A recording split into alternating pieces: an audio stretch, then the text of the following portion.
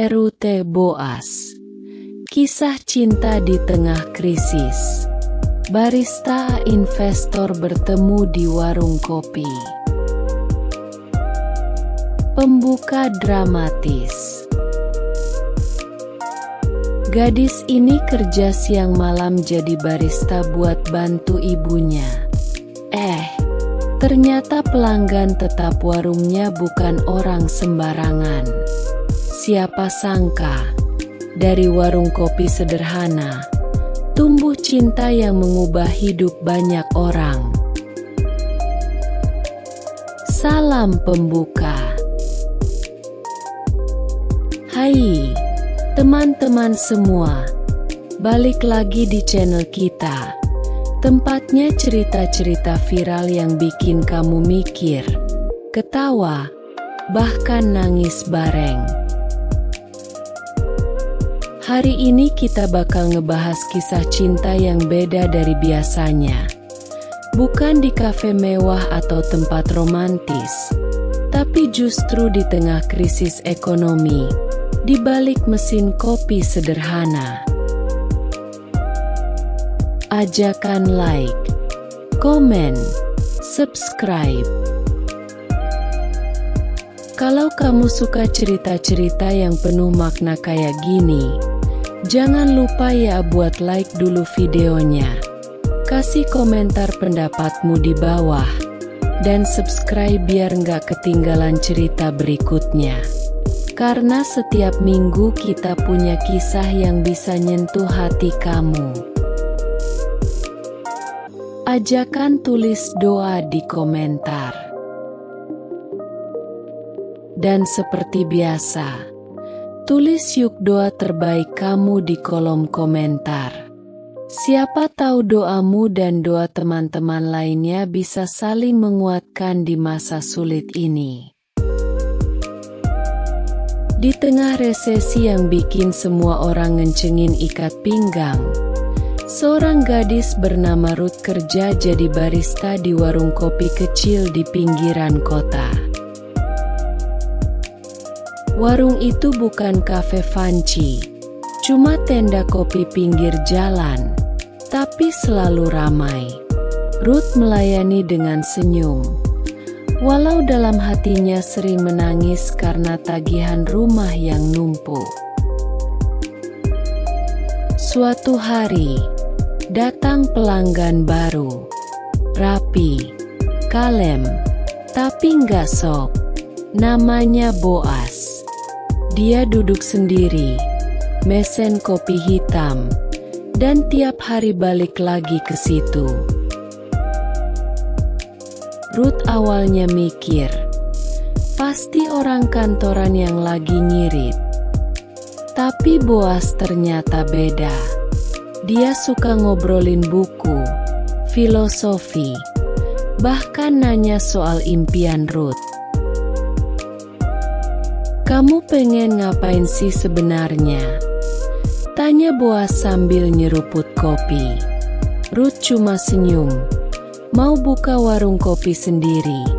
Tapi, mimpi ya tinggal mimpi. Hari-hari berlalu. Mereka makin akrab, tapi Ruth tetap jaga jarak, karena dia pikir, mana mungkin cowok kayak Boas suka sama barista kayak aku? Suatu malam, warung hampir tutup, Boas datang, tapi kali ini mukanya panik. Ruth, boleh nginep nggak? Aku dikejar orang, katanya.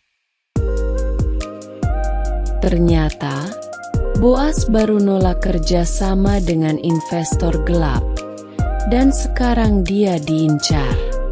Ruth, meski takut, nyembunyiin Boas di dapur kecil rumahnya. Mereka berdua jadi dekat banget. Ruth ngelihat Boas bukan cuma pintar, tapi juga tulus dan rendah hati. Tapi masalah datang. Tetangga mulai ngomongin yang enggak-enggak. Itu si Ruth bawa cowok ke rumah, padahal belum nikah. Gosip mulai menyebar. Ruth makin tertekan. Dia sempat nyuruh Boas pergi, walau hatinya hancur. "Maaf, aku nggak kuat digosipin terus," katanya sambil nangis. Boas akhirnya pergi, tapi diam-diam ninggalin amplop berisi uang. Ada catatan kecil, "Buat warung kopimu nanti." Ruth nggak mau pakai uang itu. Dia kerja makin keras, banting tulang, bahkan sempat sakit karena kecapean. Hingga suatu hari, warung kopinya tutup. Pemilik aslinya bangkrut dan jual warung itu. Ruth sedih, kehilangan tempat yang sudah seperti rumah. Tapi tiba-tiba, muncullah Boas lagi, dengan kemeja lusuh, bawa surat kontrak dan bilang, "Aku beli warung ini. Sekarang kamu yang punya." Ruth kaget setengah mati. "Hah? Tapi kenapa? Kamu di mana aja selama ini?" Boas cerita dia pergi buat menyelesaikan masalah hukumnya. Dan setelah semua beres, dia balik, karena nggak pernah lupa Ruth. Mereka buka ulang warung itu bareng-bareng. Namanya diganti Warung Ruto Boas. Warungnya makin rame, bahkan masuk TikTok viral karena nuansa hangat dan harga murah tapi enak. Tapi masalah belum selesai. Ibu Ruth sakit dan butuh biaya operasi mahal. Ruth nangis sambil bilang, "Kayaknya aku harus jual warung ini." Tapi Boas bilang, "Kita cari cara lain. Aku bakal bantu." Boas jual mobilnya. Diam-diam bantu semua biaya rumah sakit. Ruth nggak tahu sampai suatu malam dia nemu bukti transfer di dompet Boas. Hatinya campur aduk, bahagia, terharu, sekaligus bingung harus gimana. Akhirnya Ruth mutusin buat ngelamar Boas duluan, di warung, depan pelanggan.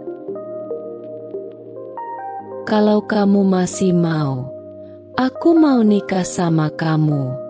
Tapi kamu harus jadi barista tetap di warung ini," kata Ruth sambil malu-malu. Semua orang ketawa. Boas jawab, "Aku mau, tapi kamu bosnya ya." Mereka nikah sederhana. Undangannya cuma fotokopian, tapi isinya cinta tulus. Warung mereka jadi tempat ngumpul warga, bahkan bantu anak-anak muda belajar bisnis kopi. Ruth belajar satu hal, kadang cinta itu datang di waktu yang gak tepat, tapi dengan orang yang tepat, dan dari tempat yang gak disangka. Dan Boas, dia selalu bilang, cinta sejati itu bukan datang dari atas, tapi dari hati yang rela turun ke bawah.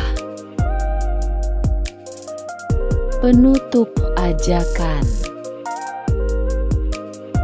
Gimana kisahnya, teman-teman? Bikin hati hangat ya. Kalau kamu suka cerita ini, jangan lupa ya untuk like video ini, Komen pendapat atau doa terbaik kamu di bawah. Dan subscribe biar kamu gak ketinggalan kisah-kisah luar biasa lainnya. Sampai ketemu di cerita berikutnya. Ingat, cinta sejati bisa datang dari warung kopi pinggir jalan.